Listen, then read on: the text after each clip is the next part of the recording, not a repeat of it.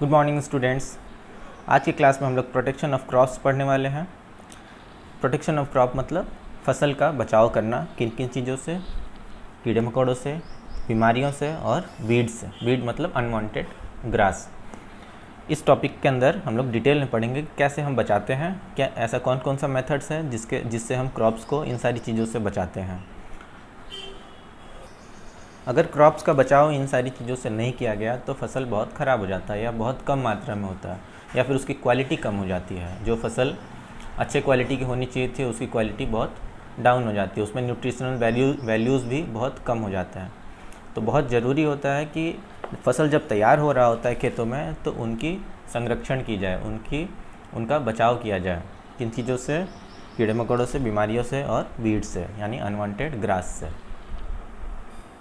अब एक एक करके देखते हैं कि ऐसे कौन कौन से मेथड्स हैं जिनके थ्रू हम प्लांट्स को प्रोटेक्ट करते हैं, क्रॉप्स को प्रोटेक्ट करते हैं। तो पहला है प्रोटेक्शन फ्रॉम वीड्स, यानी वीड से कैसे बचाते हैं। पहले देखते हैं वीड क्या होता है। वीड्स मतलब अनडिज़ायरेबल प्लांट्स,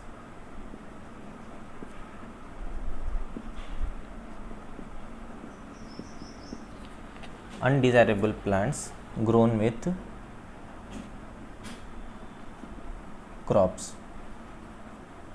यानी हमारा जो मेन फसल होता है, मेन फसल के साथ साथ कुछ ऐसे पौधे निकल जाते हैं उनके अगल बगल से जो अनडिज़ायरेबल होता है, जो हमें चाहिए नहीं होता है, जिनका कोई यूज़ नहीं होता है। वो सिर्फ और सिर्फ क्या करते हैं, न्यूट्रिएंट्स को और मिनरल्स को, वाटर को, सनलाइट को, ये सारा का सारा जो चीज़ है वो एब्जॉर्ब करते जाते हैं। और जब ये एब्जॉर्ब करेंगे तो क्रॉप्स को वो प्रॉपर मात्रा में नहीं मिल पाएगा और जिसकी वजह से क्रॉप्स का ग्रोथ रुक जाएगा।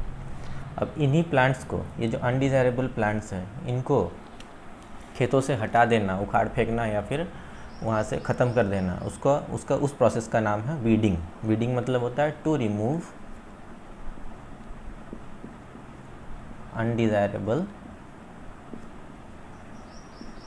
प्लांट्स। अब ऐसे कौन कौन से प्लांट्स हैं, कुछ एग्जांपल जिनके जो कॉमनली हम देखते हैं खेतों में, जिनका कोई यूज़ नहीं होता, अपने आप उगाते हैं। तो सबसे पहला है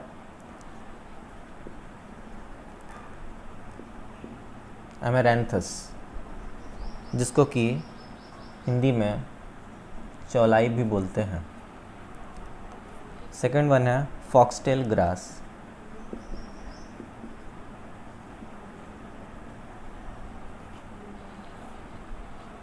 थर्ड है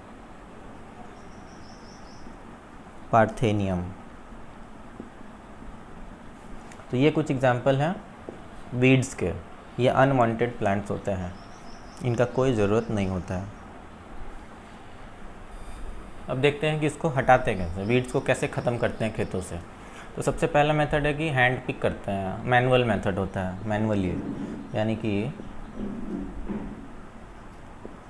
हम लोग खेतों में जाके और खुरपा वगैरह लेके वो जो अनवांटेड प्लांट्स होते हैं उनको उखाड़ के फेंक देते हैं। तो ये हो गया मैनुअल मेथड। दूसरा है केमिकली, यानी कि खेतों में एक विशेष प्रकार का केमिकल छिड़का जाता है जिससे कि क्रॉप्स को कोई नुकसान नहीं होता, लेकिन जो वीड्स हैं वो उनको नुकसान होता है, वो ख़राब हो जाते हैं, गल जाते हैं, वहाँ पे ख़त्म हो जाते हैं। और ऐसे केमिकल्स जिनका यूज़ किया जाता है उनका नाम है वीडीसाइड्स, और इसको हर्बिसाइड्स भी बोलते हैं। अब देखिए इसका नाम क्या है, हर्बिसाइड्स या वीडीसाइड्स। वीड्स मतलब अनवांटेड ग्रास और साइड्स मतलब उसको किल कर देना, अनवांटेड ग्रास को किल करने वाला, या फिर हर्बिसाइड्स, हर्ब्स भी बोलते हैं प्लांट्स को, हर्बिसाइड्स यानी उनको किल करने वाला। तो केमिकल बहुत तरीके के होते हैं जिनका यूज़ करके हम वीड्स को ख़त्म कर सकते हैं। तो उन्हीं के कुछ एग्जांपल्स देखते हैं। अब जो केमिकल्स हैं जिनका यूज़ किया जाता है वीड्स को ख़त्म करने के लिए, उनके नाम कुछ इस प्रकार है। पहला है 2,4-D, इसको फुल फॉर्म बोलते हैं, फुल फॉर्म इसका है 2,4-डाइक्लोरोफिनॉक्सी एसिडिक एसिड। सेकंड एक केमिकल है जिसका नाम है MCPA, शॉर्ट फॉर्म है, इसका फुल फॉर्म है 2-मिथाइल 4-क्लोरो 1-फिनॉक्सी एसिटिक एसिड। ये दोनों तो हो गए केमिकल्स जिनको कि छिड़क देते हैं सिंपली खेतों में और वीड्स जो है ख़त्म हो जाते हैं। तो सिर्फ आपको इसका नाम याद रखना है। थर्ड जो है एक नेचुरल मेथड है वीड्स को ख़त्म करने का। नेचुरल मेथड्स में क्या है, सनफ्लावर प्लांट या फिर सोयाबीन प्लांट्स को क्रॉप्स के बीच में ग्रो करा देते हैं। अब जो सनफ्लावर प्लांट्स और सोयाबीन प्लांट्स होते हैं, इनकी ये प्रॉपर्टी होती है कि ये टॉक्सिक जो है मटेरियल रिलीज़ करते हैं, टॉक्सिक सब्सटेंस रिलीज़ करते हैं सॉइल में। टॉक्सिक सब्सटेंस मतलब जहरीला, टॉक्सिक सब्सटेंस मतलब होता है जहरीला सब्सटेंस। एक तरीके कह सकते हैं कि वो जहर होता है किसके लिए, वीड्स के लिए। बाकी प्लांट्स के लिए कोई हार्म नहीं पहुंचाता है, सिर्फ और सिर्फ ये जो है टॉक्सिक सब्सटेंस किसके लिए होता है, वीड्स के लिए। तो जब ये सनफ्लावर और सोयाबीन प्लांट लगा देंगे तो ये अपने अंदर से एक टॉक्सिक सब्सटेंस रिलीज़ करते हैं, यानी निकालते हैं, जो क्रॉप में चला जाता है। और फिर जब वो उस क्रॉप से जो अनवांटेड वीड्स होता है वो जब उस क्रॉप से उस टॉक्सिक सब्सटेंस को एब्जॉर्ब करता है, खींचता है, तो वो किल हो जाता है। इस तरीके से कुछ केमिकल मेथड्स का यूज़ करके और कुछ नेचुरल मेथड्स का यूज़ करके हम वीड्स को ख़त्म करते हैं खेतों से। नेक्स्ट है protection from paste and diseases. Paste मतलब कीड़े मकोड़े और डिजीज़ मतलब बीमारियाँ। अभी कीड़े मकोड़े और बीमारियों से बचाओ। तो पहला जो है पेस्ट, कौन कौन से पेस्ट होते हैं जिनसे फसल को नुकसान पहुंचता है। तो उसमें आते हैं पहले इंसेक्ट्स में जैसे टर्माइट्स और लोकस्ट, जो खटमल वगैरह होते हैं, तो उनसे भी जो नुकसान पहुंचता है। और दूसरा है रोडेंट्स में जैसे रैट, चूहे जो है पूरे फसल को ख़राब कर देते हैं, बर्बाद कर देते हैं। तो ये दोनों आ गए पेस्ट्स में। उसके बाद आता है डिजीज़। अब कुछ फसलों में जो है बीमारियां लग जाती हैं, किसके वजह से, बैक्टीरिया की वजह से या फिर वायरस या फिर फंगस। अभी आप लोगों ने देखा है कि फंगस वगैरह, फंगल इन्फेक्शंस जो होते हैं एनिमल्स में भी होते हैं, ह्यूमन बींग्स में भी होते हैं। तो उसी तरीके से फंगस जो है वो प्लांट्स में भी लग जाते हैं। ह्यूमन बींग्स में भी वायरसेस अटैक करते हैं, जैसे अभी कोरोना वायरस जो अटैक किया हुआ है। तो उसी तरीके से कुछ वायरसेस जो होते हैं वो प्लांट्स को भी अटैक करते हैं, और कुछ जो बीमारियाँ बैक्टीरिया की वजह से भी होती है। तो अब इन प्लांट्स को भी, क्रॉप्स को भी बचाना पड़ता है इनसे, नहीं तो फसल ख़राब हो जाएगा। अब जो ऐसे केमिकल सब्सटेंसेस होते हैं जिनको छिड़कने से पेस्ट ख़त्म हो जाते हैं, उनको बोलते हैं पेस्टिसाइड्स। तो pesticide is a chemical substance that is used for destroying paste को ख़त्म करने के लिए केमिकल सब्सटेंस होता है जिसको खेतों में डालते हैं, उसका नाम है पेस्टिसाइड्स। अब ये भी होते हैं दो प्रकार के, इसके भी दो टाइप्स होते हैं। एक होता है इंसेक्टिसाइड, दूसरा होता है रोडेंटिसाइड। अब इंसेक्टिसाइड क्या होता है, जो इंसेक्ट्स को सिर्फ किल करते हैं। इंसेक्ट्स जैसे कि वो टर्माइट्स वगैरह हो गए, उनको किल करने के लिए इंसेक्टिसाइड्स का यूज़ किया जाता है। और रोडेंटिसाइड्स मतलब जैसे चूहे वगैरह हो गए, तो चूहों को किल करने के लिए रोडेंटिसाइड का यूज़ करते हैं। अच्छा, इसमें आते कौन कौन से केमिकल्स हैं देखिए। तो कुछ इंसेक्टिसाइड्स के एग्जांपल हैं मैलेथियन, BHC short form, full form इसका बेंजीन हेक्साक्लोराइड, और गैमेक्सिन आप लोगों ने नाम सुना होगा, ये बहुत कॉमन नाम है गैमेक्सिन। तो ये यूज़ किया जाता है। नेक्स्ट है DDT पाउडर भी आप लोग सुने होंगे, जिसका फुल फॉर्म है डाइफिनाइल ट्राइक्लोरोइथेन। तो ये सारे नाम आपको याद करना है। इसका DDT का फुल फॉर्म, ये BHC का फुल फॉर्म, ये नाम याद रखना है। इंसेक्टिसाइड अगर पूछता है तो कौन कौन से होंगे, मैलेथियन, BHC एंड DDT। अब ये तो आपको नाम याद हो गया, इसका फुल फॉर्म भी साथ में याद करना है, ठीक है। नेक्स्ट है रोडेंटिसाइड। तो इसके कुछ एग्जांपल हैं जैसे वारफिन, दूसरा है जिंक फॉस्फेट। जैसे आप लोगों ने देखा होगा घरों में भी चूहे मारने की दवाई जो लेके आते हैं बाज़ार से, उसमें भी ये दोनों का कुछ अमाउंट डाला रहता है। चूहे उसको खाते हैं और खा के मर जाते हैं। तो ये दोनों तरीके हो गए जिनसे इंसेक्ट को ख़त्म करते हैं, दूसरा रोडेंटिसाइड्स को ख़त्म करते हैं। फिर आता है फंगीसाइड्स, यानी जिससे कि फंगल इन्फेक्शन होता है, जिससे कि बीमारियां लगती है, उनको फंगस को ख़त्म करने के लिए जो केमिकल यूज़ करते हैं उसका नाम है फंगीसाइड्स। और उन केमिकल्स का नाम है copper salt and sulphur salt. कोई भी कॉपर सॉल्ट है या फिर कोई भी सल्फ़र सॉल्ट है, उसको अगर खेतों में छिड़क देंगे तो फंगस उसमें कभी नहीं लगेगा। नेक्स्ट आता है इसका एडवांटेजेस। पेस्टिसाइड का क्या क्या एडवांटेज है, क्या क्या लाभ है। पहला लाभ ये है कि बहुत जल्दी पेस्ट को किल कर देता है, बहुत ज़्यादा, बहुत मतलब जैसे ही खेतों में छिड़का गया उसके कुछ समय के बाद ये पेस्ट को कंट्रोल कर देता है, किल कर देता है। दूसरा क्या है, अगर जब पेस्ट कंट्रोल हो जाएंगे, यानी पेस्ट जो है ख़त्म हो जाएंगे तो बाकी फसल बहुत अच्छे तरीके से ग्रो होगा। तो इससे क्या होता है, फूड प्रोडक्शन बहुत बढ़ जाता है, क्रॉप्स का प्रोडक्शन बहुत ज़्यादा बढ़ जाता है। थर्ड पॉइंट है, ये रखने में आसान होता है, इसको स्टोरेज करने में, इसको स्टोरेज करना बहुत ईजी होता है। फोर्थ पॉइंट है ईज़ी टू यूज़, इसको यूज़ करना भी बहुत आसान है, खेतों में छिड़कने के लिए इसको ज़्यादा मेहनत की ज़रूरत नहीं होती है। तो ये सारे इसके एडवांटेजेस हैं। अब पढ़ते हैं इसके डिसएडवांटेजेस। अब देखते हैं इसके कुछ डिसएडवांटेजेस। इसके बहुत सारे जो है एडवांटेजेस के साथ साथ नुकसान भी हैं। जैसे पहला है it leads to resistance among pest. इसका मतलब ये है कि इसका लगातार जब हम छिड़काव करते हैं, पेस्टिसाइड्स का लगातार छिड़काव जब खेतों में करते हैं, तो खेतों में जो इंसेक्ट्स होते हैं, कीड़े मकोड़े होते हैं जिनको मारना होता है, वो बार बार इस केमिकल्स के संपर्क में रहते रहते उसके प्रति एक रेजिस्टेंस पावर डेवलप कर लेते हैं अपनी बॉडी के अंदर। रेजिस्टेंस पावर डेवलप करने का मतलब पहले तो वो इंसेक्ट्स उस केमिकल के छिड़काव करने से मर जाएंगे, लेकिन धीरे धीरे वो उसके आदी हो जाते हैं, उसकी उनको आदत पड़ जाती है और फिर उनका रेजिस्टेंस पावर डेवलप हो जाता है और फिर वो जब केमिकल छिड़का जाता है तो वो मरते नहीं हैं। तो इसको बोलते हैं रेजिस्टेंस पावर डेवलप होना कीड़े मकोड़ों के अंदर। इससे क्या होता है कि जब कुछ समय तक लगातार जब हम इसको छिड़कते रहेंगे तब तो ये काम करेगा इफ़ेक्टिवली, सारे कीड़े जो है वो मर जाएंगे, लेकिन उसके बाद फिर जब इसका छिड़काव करेंगे तो वो कीड़े नहीं मरेंगे। तो समय समय पे इसके केमिकल कंपोजिशन को बदलने की ज़रूरत पड़ती है। जो भी पेस्टिसाइड्स को यूज़ किया जाता है, जो भी केमिकल इसमें होता है, उसको और ज़्यादा स्ट्रॉन्ग करना पड़ता है उसको, और जितना ज़्यादा उसको स्ट्रॉन्ग करेंगे तो उसका एडवर्स इफेक्ट और दूसरे जगह पे पड़ता है, यानी जो हमारा मेन क्रॉप है उस पर भी पड़ता है, सॉइल पे भी पड़ता है। देखिए कैसे। सेकेंड पॉइंट है it increases the acidic content of the soil. अब जो ये पेस्टिसाइड्स है इसमें केमिकल्स हैं बहुत सारे एसिडिक नेचर के, तो वो जब सॉइल में जाएगा तो सॉइल को भी एसिडिक बना देगा। जब सॉइल एसिडिक हो जाएगा तो वो फसलों के लिए नुकसान करेगा।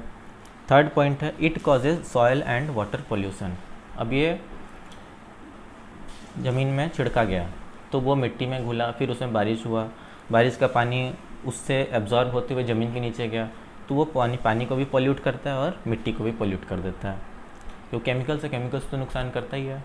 और जब उस सॉइल के थ्रू, जब जो मेन क्रॉप है हमारा, मेन प्लांट है, वो सॉइल के थ्रू जब न्यूट्रिएंट्स को एब्जॉर्ब करता है तो उसके साथ साथ ये पेस्टिसाइड्स को भी एब्जॉर्ब कर लेता है।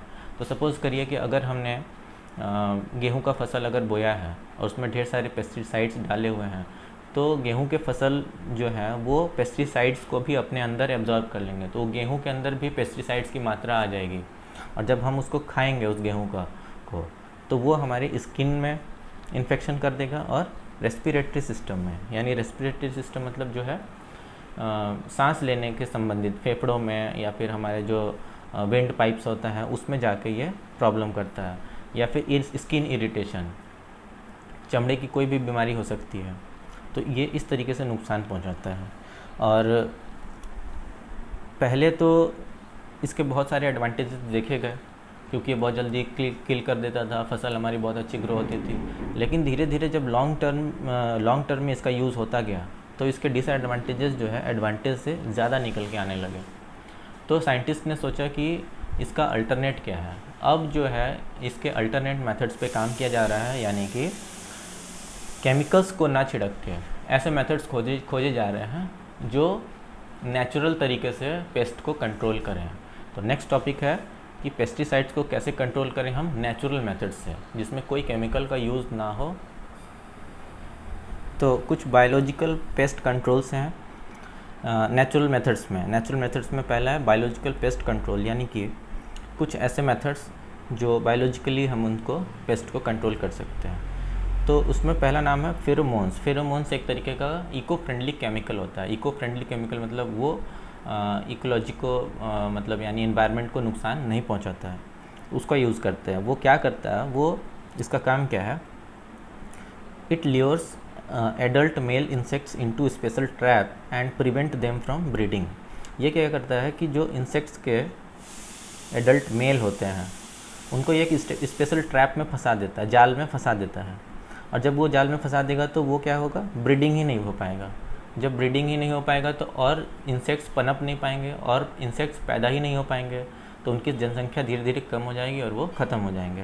तो इस तरीके से ये कंट्रोल करता है पेस्ट को। नेक्स्ट मेथड है by crop rotation. Crop rotation का मतलब होता है कि फसलों का रोटेट कर करके कल्टीवेट कराना। जैसे कि एक ही तरीके का फसल जो है बार बार ना बोया जाए, उसमें चेंजेस करते रहा जाए। जब फसल को हम चेंज करते रहेंगे तो जो पेस्ट होंगे उनका लाइफ साइकिल जो है वो डिस्टर्ब हो जाएगा, वो इंटरप्ट हो जाएगा। और इंटरप्ट होने की वजह से वो फिर उनको, जैसे मान लीजिए कि अगर कोई पेस्ट है उसको चाहिए न्यूट्रिशन के लिए गेहूं का क्रॉप। अब गेहूं का क्रॉप जो है अगले सीजन हम बोए ही नहीं उसमें, तो वो पेस्ट पड़े पड़े मर जाएगा वहाँ पे, क्योंकि उसको वो न्यूट्रिशन मिल ही नहीं पाया, क्योंकि हमने गेहूं बोया ही नहीं अगले सीज़न। हमने अगले सीज़न कोई दूसरा क्रॉप बो दिया और दूसरे क्रॉप से वो तो न्यूट्रिशन उसको मिल नहीं पाएगा, क्योंकि उसको सिर्फ गेहूं से ही मिलता है। तो एक तरीके का पेस्ट जो है जो गेहूं में लगता था वो मर जाएगा।